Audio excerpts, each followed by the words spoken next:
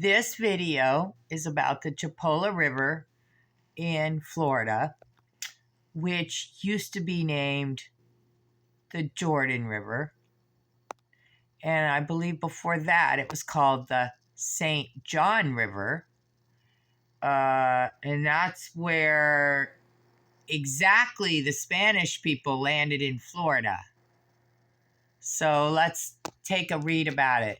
The Chipola River is a tributary of the Apalachicola River in western Florida. As part of the ACF River Basin watershed, the 92.5-mile-long river crosses present-day Jackson, Calhoun, and Gulf counties. The river flows through what is now preserved as the Dead Lake State Recreation Area. The Dead Lakes! Like, see this little map? The Dead Lake is at the bottom. Do you know you're Israel? Because this looks just like it.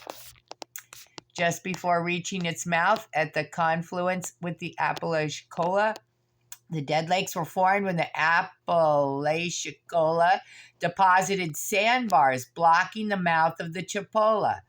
The Chipola River flows for several miles south from the Dead Lakes, parallel to the Apalachicola River, before reaching its confluence with the large river. And look, they don't want to show us nothing.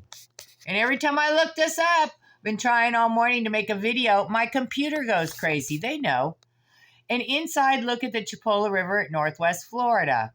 The scenic Chipola River flows nearly 100 miles through Northwest Florida. 63 freshwater springs nourish it, and no other river boasts so many springs in a state so dependent on its underground aquifer.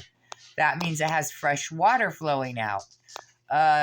In the Bible, it does not say, okay, so the throne of God comes out from the Dead Sea. In Israel, the Dead Sea is complete salt. There is nothing healthy. There is no life flowing out of that, period. Now, the Dead Sea in Florida is full of fresh water, and you're going to see how radium helps it become clear and beautiful. At one time, the Appalachian, as locals called it, blocked the Chippewa with sandbars that flooded and killed thousands of trees, leaving graying skeletons over the sometimes flooded plain. There was no better name for the Dead Lakes area. Aside from the ethereal look of Dead Lakes, the entire river is usually clear, beautiful, and teeming with recreational boaters, paddlers, kayakers, and tubers. The springs along the Chippewa River are breathtakingly clear. Blue Spring. Now, I've learned that radium in fresh water causes a blue spring, and I know where there's one in Tennessee. Every region has one. It is among the largest and most popular springs. It contributes 122 million gallons of fresh water to the Chippewa every day. Imagine, and it's drinking water. Imagine if that was bubbling up 122 million gallons a day that we could literally put in our tap and get rid of our old tap water. It's a never-ending freshwater supply that we're meant to use, okay?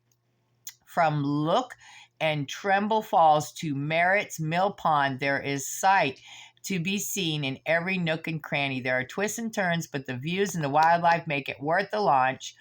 Barred owls, red-tailed hawks, kingfishers, alligators can be spotted. If you're in the mood for exploring, stop at the Ovens, a cave that can be easily explored. Although the exact origin of the name Chipola has been lost over time, see what they do? Some say it comes from the Choctaw language and means sweet water. Really? And this isn't a sweet spot just for water enthusiasts. The region is called the Center for Tupelo Honey. Visitors travel from all over to sample and stock up on the sweet treat that had Van Morrison singing more than 4 decades ago.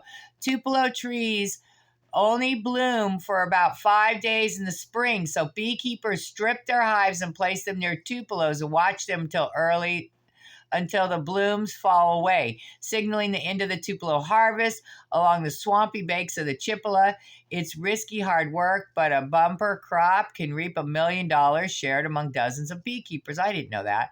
Boat ramps can be found at the Chipola Estates Landing at John Bay Landing in Calhoun County, Magnolia Landing in Jackson County, and 10 miles away at Yancey Bridge near Mariana.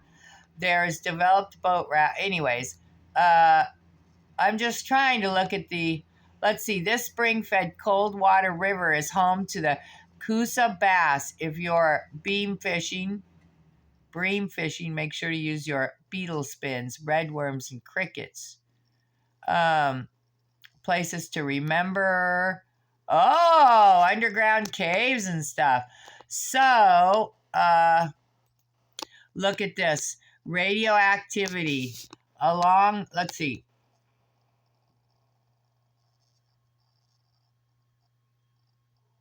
Oh, this isn't really what I was looking for. Nope. Nope. Sorry, guys. So, radium, the history of radium. Radium is found in all the fresh waters, okay? And when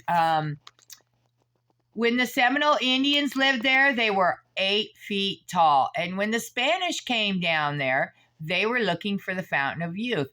And the Fountain of Youth is in the Bible. Oh, I forgot to look that up. Okay. Radium is a highly radioactive alkaline earth metal. If you know what alkaline means, that means it's healthy for your body. This is naturally found in uranium ores. Its appearance is silvery white in its pure form. Although it reacts readily with nitrogen in the air to form radium nitrate, leaving behind a blackened surface layer, radium has 33 known isotopes, all of which are radioactive. And the most common and long-lived isotope is Ra-226, which comprises 1 part per trillion of Earth's crust. Now, that sounds very healthy for you. From the initial discovery of radium in 1898 by the Curies to its widespread use in the Golden Age, and finally to its rapid decline, the radium industry has a remarkable history. So you know how they got us to quit using radium to make ourselves healthy? They made the movie Swamp Thing to show you what happens when you have radium in the water. Oh, it makes monsters. No, it doesn't. So anyways, there's been several health places in Florida using radium as health. And most people, there's one still there. It's been there for 10,000 years too. So they have been taking us away from radium. Radium is very good for you. The most stable isotope of radium has been placed in radiation therapy departments by artificial radio. So, see, they're using it in radiation therapy for cancer. Today, radium is scarcely used for medical treatments because of its high radioactivity. One exception is in prostate and breast cancer treatments for medically inoperable patients with high risk factors and comorbidities. For these patients, the radioisotope Ra-223 is used to treat the sarcomas, which often spread deep within the bone tissue. However, due to the high cost of radio treatments, the modern knowledge of the dangers of high exposure levels to radioactivity and the lack of accessibility of radium, the trend of radium's declining use in our society will likely continue. No, it won't. So, the discovery of radium, they had health centers everywhere where you would float in the water. And the Seminole Indians were 8 feet tall, and they drank it every day. Okay? So, the Chipola River is the Jordan River. Let me see if I can get some images here to show you. Uh, they never let me see anything. Um, okay, and so I'm just gonna wrap it up. They also say East Bank in the Bible. Did you know that Chippewa River is on the East Bank, or it says East Bank? There's a town. So let's just go. There's one more thing. Uh, the 33rd parallel. The 33rd parallel in America. Where is it? I don't think I spelled it right. Ha!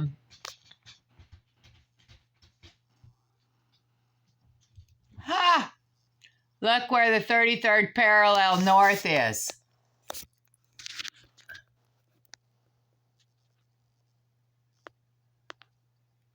See that? Isn't that where that river is that I've been telling you? The 33rd parallel north is a circle of latitude that is 33 degrees north of the Earth's equatorial plane. It is approximately at the midpoint between the equator, 0 degrees, and the Arctic Circle is 6.6 degrees north latitude. Did you know that? In Iraq, the parallel defined the limit of the southern no-fly zone from the 4th of September 96 until 2003. Before this time, it had been set to the 32 parallels. Are you kidding me? In the United States, it approximately forms the border between Arkansas in the north and Louisiana of the south. The border is actually a couple of kilometers north of the parallel. The Louisiana Territory was part of the 1803 Louisiana Purchase, which lay on the 33rd parallel. Oh, they had to have that so damn bad. I hated learning about the Louisiana Purchase. And guess what? I grew up in Louisiana when I learned about it. It was boring and it was lies.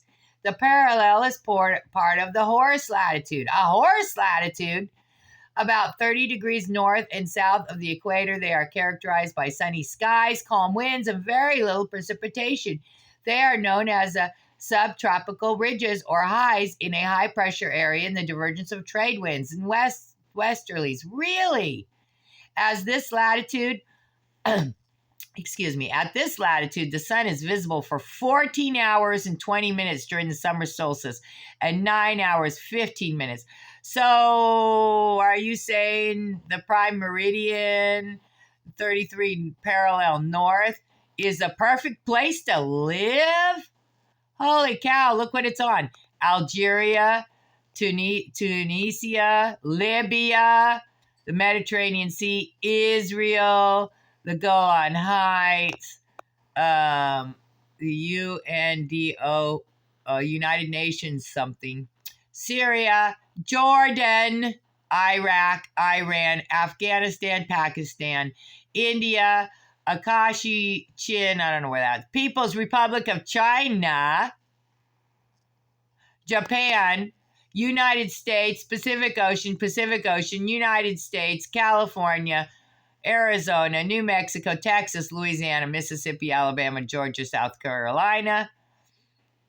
So it doesn't really pass through Florida, but you have to remember that Georgia and Alabama and all those really are very close by. Morocco, Algeria, Portugal. Very interesting. And before I go, I wanted to show you that in the Chipola River area, there is a trail called the Garden of Eden Trail. Did you know that?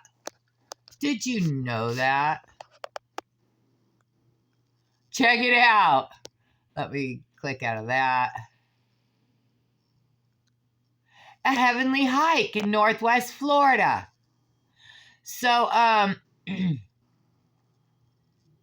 they have so many. Oh, look, the fascinating history of the Garden of Eden. Okay, well, I'm going to make another video. Yeah, the Chipola River right here. Go back. I guess we looked at the map. I didn't compare it, but that's okay. I didn't compare it to Israel, but it goes for a long time. Look. Shoot. And at the bottom of it is the Dead Sea. And this used to be called the St. John River or the Jordan River, and it has 4 rivers that go up out of it that feed the whole eastern United States of America with freshwater radium. Anyways, bye, friends.